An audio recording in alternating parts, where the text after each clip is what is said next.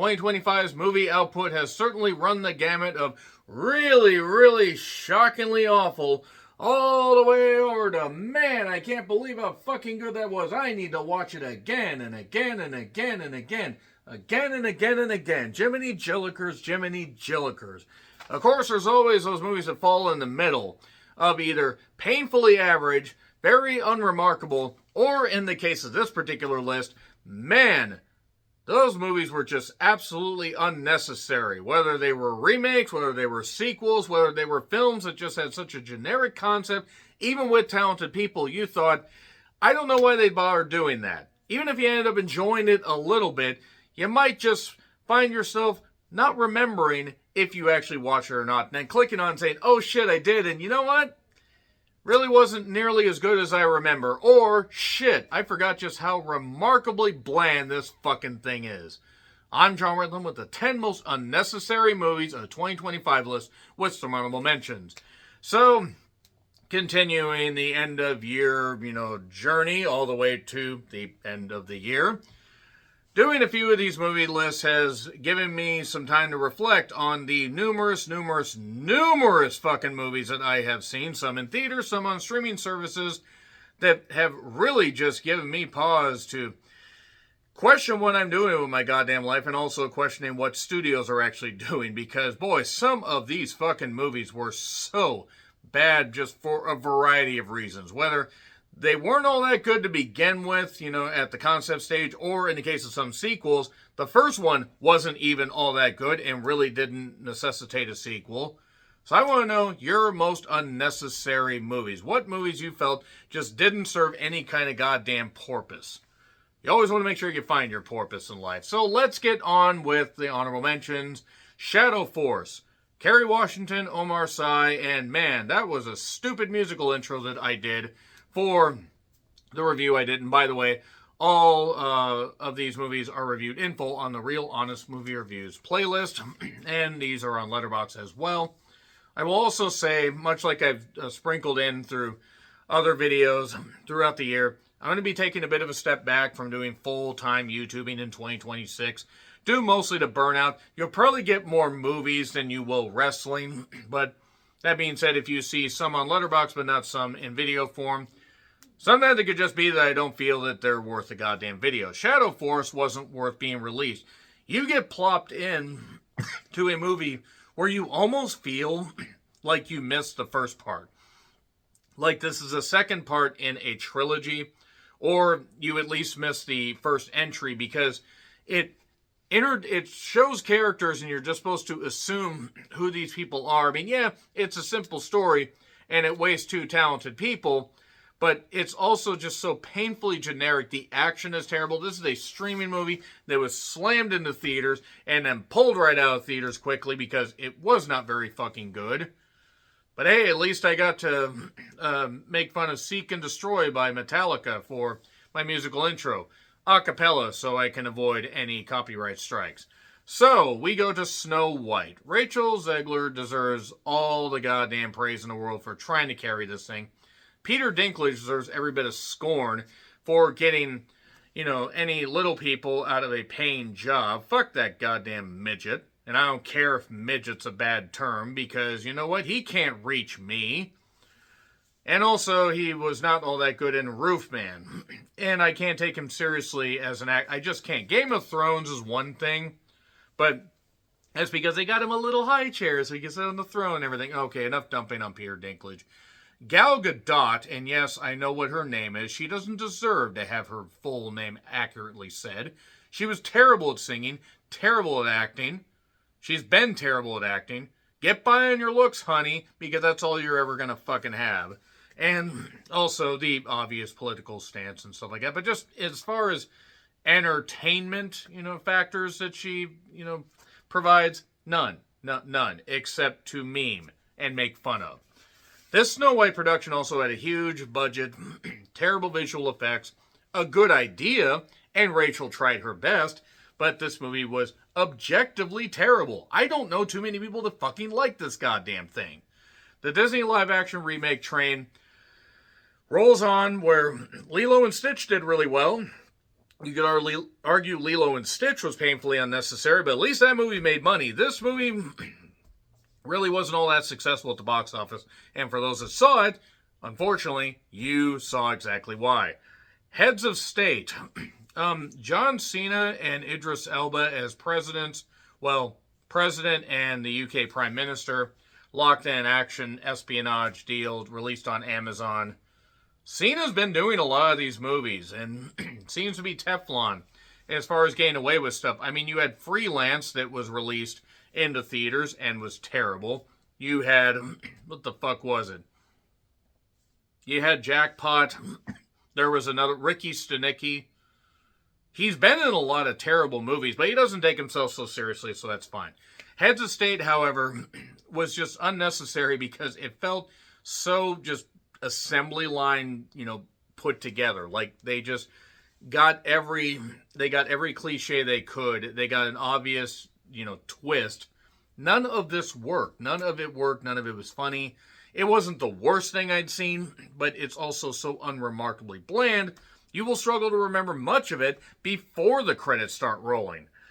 So let's get to Witchboard. Who thought remaking a mild cult classic 1986-87 movie that spawned 2 other sequels? That's right.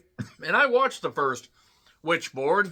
I'd seen clips of it, never seen the full thing. It was pure 80s cheese, but at least it was a little bit fun and it had a little bit of a funny ending. This was very, very fucking stretched out and honestly is one of the worst movies of the fucking year because it can't decide what it wants to be. I think the director is Chuck Russell, who had worked on horror projects and other stuff before and probably should have stayed in the past because I'm all for people making, money and everything, but this was really, really fucking bad. Didn't know what it wanted to be. Cast was terrible. Acting was terrible. Sorry, everything about Witchboard was really, really bad and really stretched out. I thought Tarot was bad. Yes, it's Tarot, but again, like Gal Gadot, doesn't deserve to actually have the name said correctly. Witchboard's also at least 20 minutes longer than it needs to be, yet it feels an hour longer than it needs to be. For those who have seen Witchboard, the remake, please let me know what you thought. The Alto Knights. Okay, Robert De Niro playing dual roles and some decent production and the idea of, telling, the man that took down the mafia to an extent. The idea of telling that story in the most bland way possible certainly was a fucking choice. And unfortunately, Robert De Niro ends up just only being able to carry this so far. There's good acting. There are good actors in this. There's stuff that I wanted to really just get into and dig my claws into. And I didn't end up actually seeing this in theaters. I ended up seeing it, I believe, when it finally hit Max. And yeah, that wasn't very fucking good. It was very boring. I ended up actually kind of zoning out of quite a bit of it. And you really could zone out of half of this movie and not miss shit. So unfortunately, despite the talent in front and behind the camera, didn't work at all. Alto Knights ends up being a super, super disappointing movie, especially for those that are fans of mob and gangster movies. So let's get to the top 10. The woman in Cabin 10. That was not intentional. Keira Knightley and various other people in this very, very, packed cast of movie, or of a mystery, not even spy thing, murder mystery deal that is so obvious where it's going, and that's okay, but it's, I believe, based on a book, as is everything. I think the book is based on a book at this point, and we can just go with a bookception, Human Centipede them all together. Keira Knightley can only do so much, and really with this, despite the fact it's like 97 minutes, it runs out of steam within the first act. And yeah, sorry about it, but, Woman in Cabin 10, pretty goddamn unremarkable and very, very bland. Very, very fucking bland. So now we go to number 9, Strangers, Chapter 2. They are releasing the third one either in January or February. Why was this made a trilogy? Why did they decide to rebrand this? Why is Renny Harlin allowed behind the camera after doing Cutthroat Island? I don't understand any of this stuff. I also don't understand why they think that Madeline Pesch, or however the hell you say it, can be a lead actress when she has not demonstrated any ability to look anything other than confused and slightly more confused. Strangers Chapter 2 just ends up being this very, very terrible, terrible film. But it's also painfully unnecessary because the first one wasn't even good to begin with. And then this one has even less stuff happening and tries to give a backstory on the goddamn strangers that we don't need. But since we have a trilogy, we need to do this. And that wild boar CGI in the woods. You will pay for your crimes, Rennie. You will pay for your crimes. So, number 8, I Know What You Did Last Summer. Look, after the third one that we don't talk about, after the second one that was pretty shit with Brandy and Jennifer Love Hewitt, Freddie Prinze and the Ben son reveal, we decided to ignore the third one, which was probably smart, and do this. And I wish they didn't. The goddamn... The thing is, you can call the twist from like the very fucking beginning. You can call the goddamn twist. That's okay if you provide humor, satire, and you have still some horror wrapped up and give people a good time. That is not what I Know What You Did Last Summer 2025 did. It ended up reminding you that some things should be left in the fucking past. And they think that a possible sequel could happen with that mid-credits scene. Oh, fuck you. Don't you think that that's a bad idea, especially after The Front Room basically made it to where Brandy was never going to be taken seriously as any kind of actress ever again? And that's not Brandy's fault, but I mean, The Front Room is remarkably shit. But I Know What You Did Last Summer just was rehashing stuff that only worked the first time. It didn't work the second time. So we go to number 7, Tron Ares. Tron Ares, I mean, what the fuck? Like, the first Tron, successful enough. Tron Legacy was kind of middling. I rewatched it. It looks fancy. You don't even know. But that movie wasn't that successful, even in LA or Tokyo. And it ended up just being something where it's like, it wasn't as successful, so they couldn't do a sequel right away. But then they decided to cast Jared fucking Leto in it. That problematic piece of shit. That man that doesn't even look like you would allow him near a corpse because he might do something to it. Allegedly, by the way. But just look at Jared Leto. Look at that scumbucket. I mean, I don't care if he's a good method actor. He has done good roles in the past. He's a fucking weird-ass creep.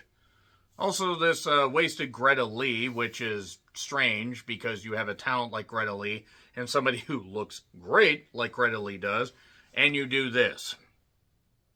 I mean, Tron Ares was just absolutely unnecessary because it came in with some hype. People were interested to see if a big screen, another big screen adaptation of Tron would work. Unfortunately, it didn't end up working at all. Wasted Evan Peters. It wasted everybody in this goddamn thing, especially Greta Lee. I mean, as far as I'm concerned, Jared Leto could have gotten wasted on set. I'll let you decide how I mean that, and nobody would have missed him, but yeah, it ended up not doing all that well. I watched this at one of the IMAX screens, like down south. Decided to plunk down and watch it because I was on a weird work month. What a disappointment. What a goddamn disappointment. But also just unnecessary. It didn't offer anything new. The special effects look cool, but everything about it was hollow. Even the first Tron wasn't that great, but this just ended up being really bad. But also just really unremarkably bleh. Ugh. So anyway, let's get to 28 years later. So, yeah, I'm sorry, but anybody that thinks that this had emotional depth, I mean, what the fuck? Like, why? Why would you say that this has emotional depth? I just don't fucking understand. Like, the kid is stupid. Really, really fucking stupid. I know he's young. I know he wants to save his mother, but he's fucking stupid. And also, this is going to lead to a trilogy. The Bone Temple that I've already seen enough trailers for. They're rushing that thing out. Probably because more and more people that see 28 years later are very divided. There are people that love it. And that's great if you love it. I personally found it very bland and very boring and never really cared for 28 days or 28 weeks later. But thought, okay, it's been enough time. We can expand on this universe or we cannot really do much of anything. I just don't feel that there was any evolution to this story. And I feel that everything about this was. I just feel everything about this movie ended up kind of just, treading water. Yeah, the Bone Temple stuff looked cool. We're going to get more expansions on Ralph Fiennes' character, I assume, and the weird stuff that happened at the end of the movie for those that haven't seen it. But the opening actually was all right, but then unfortunately the movie just ended up just stumbling and just reminding you that this is very much a niche product and why this thing took so long to get made. Maybe because Danny Boyle is a talented filmmaker, but maybe not a revolutionary like some people think he is. My opinion, but 28 years later was unnecessary. Eden is number 5. I mean, another Sydney Sweeney movie. I mean, Sydney Sweeney, I'm sorry, this freaking bimbo that has no business trying to do a bunch of, dramatic acting when she has slightly more confused, and just washed out like she just literally got high at a college party. She has no discernible qualities to offer beyond her looks. I mean, I'm sorry. Politics aside, I'm not even saying that. I don't care what she does or doesn't vote for. She can't fucking act. People say she couldn't Euphoria. I don't watch Euphoria. I've seen enough of her goddamn movies this year. Immaculate, she got that scream at the end and everything. Okay, sure. But, Eden, Americana, Christie, she was all right in. She dived into the role. But she is, for all the hype that she gets, not very fucking good. And also, not really a big draw at the box office. For a variety of reasons, but also, maybe she's not that fucking good. And The Housemaid is still coming out as I'm recording this, so good God. Good God, y'all. But Eden, not even just factoring Sydney Sweeney, Jude Law, the various other people in this. Like, why was this made? This was one of the mystery movies. I had to switch seats because some guy that probably should be, routinely shocked until he stops talking constantly. I don't know what the fuck it was, and actually I was confronted by the person who was with him, and I said, I don't need to say anything to you, just tell him to shut up. Whole point is, Eden was a laborious, bland coverage of like stuff that actually happened, at least according to a book and according to like recounts and everything, of an actual person or actual people, but none of it was told in a convincingly good way or humorous way or whatever. And also has Sydney fucking Sweeney in it, looking confused. The broad. So anyway, let's go to The Accountant 2. Hands up, who remembers The Accountant 2 even came out this year? Who remembers The Accountant?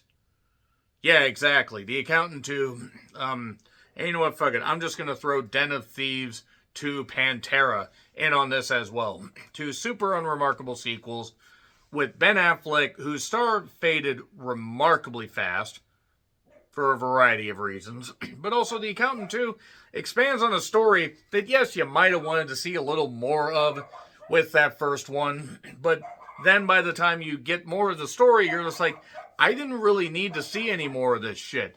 It was pretty goddamn ridiculous. I just didn't understand why The Accountant 2 necessarily needed to be filmed the way it was.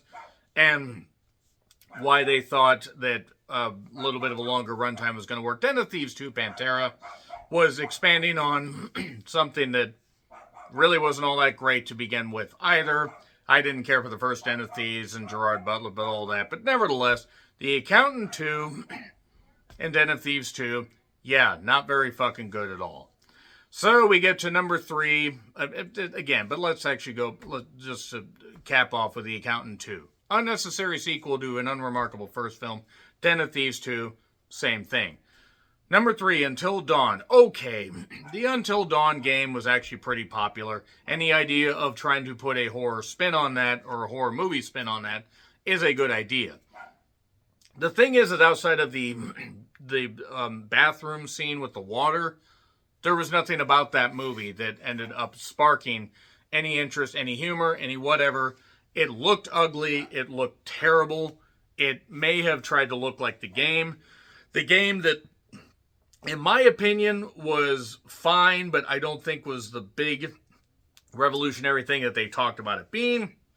Until Dawn really left with a fucking whimper. It was weirdly impressive how this film just had no scares, very little humor outside of that, again, that bathroom water scene, or tap water scene, and had such a lame ending. And I don't care if it compares to the game, contrasts to the game, I don't really care. I just want the thing to be somewhat entertaining. They thought, oh, a possible sequel out of this? Out of this schlepped out stuff? No. Slopped out whatever? Until Dawn was not very good. And even more, it was just unnecessary. So now we go to number 2, The Old Guard 2. Who remembers the first Old Guard? Who remembers anything about it besides, like, Charlize Theron being, herself and actually looking really good still and trying her best?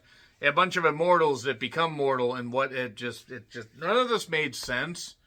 And the second one was even more unnecessary. The first one, so unremarkable. That was back, I think, in 2020 when I was doing double reviews. I was just doing quick recaps and then a few spoilers and moving on. Some of them I would even do 3 movies in like a 15-minute period. Now I'm doing more expansive stuff, such as these lists, to talk about bad movies like The Old Guard 2, but also unnecessary movies. An unnecessary sequel that just was that I struggle to remember much about the first Old Guard, and did a quick recap, seeing a video that recaps some of the plot points. It was on YouTube. I don't remember the user's name. And I ended up watching this, and within the first 30 minutes I go, I don't remember any of this stuff happening. I don't know why any of this stuff is happening. And the thing about it is, none of this lore is interesting. The Old Guard 2 was just shoved out and then shoved right back in by people. Speaking of which, number 1, the Electric State. I mean, what the fuck? 300-something million for this? For this? For something that is so bland, within the first 5 minutes, you're just like, where did they spend the money? And you even look at the visual effects, not that they were bad, but you're like, how much money did this cost? Now, that could have been due to the writer strikes and the actors, that kind of stuff, and it may have just affected the shooting schedule, or it could just be the fact that Netflix just wanted to spend an assload of money to bring the guys in that did Avengers Endgame and all that to do this film that was supposed to lead to a franchise. Who remembers anything about this beyond the giant Mr. Peanut or Millie Bobby Brown for some reason doing stuff like that? She needs a better agent, because good God, y'all. No, I have not watched Stranger Things Chapter 5 or Season 5, just like I haven't watched any of Stranger Things at all. Maybe I'll change that at some point. But I just could not believe how phoned in, generic, and just unremarkably bland this thing was. Not that I had high expectations based on the goddamn trailer or even the poster, but The Electric State is the most unnecessary movie of the year, because it was a waste of money, a waste of resources. You could have taken that budget, divided it up among a whole bunch of other projects. Rom-coms, other things that probably would have ended up being more successful, and I mean by another studio. You could have given that to A24 and Neon, split it up among them. They would have been able to produce a bunch of hits instead of shit like The Electric State. So those are my most unnecessary movies. What are yours? Let me know in the comments. Like, share, subscribe, Twitter, Letterboxd, Blue Sky handles in the description. I'm John Rentlund. Until we see more unnecessary movies in the future, probably pretty soon, in all honesty, happy trails to you.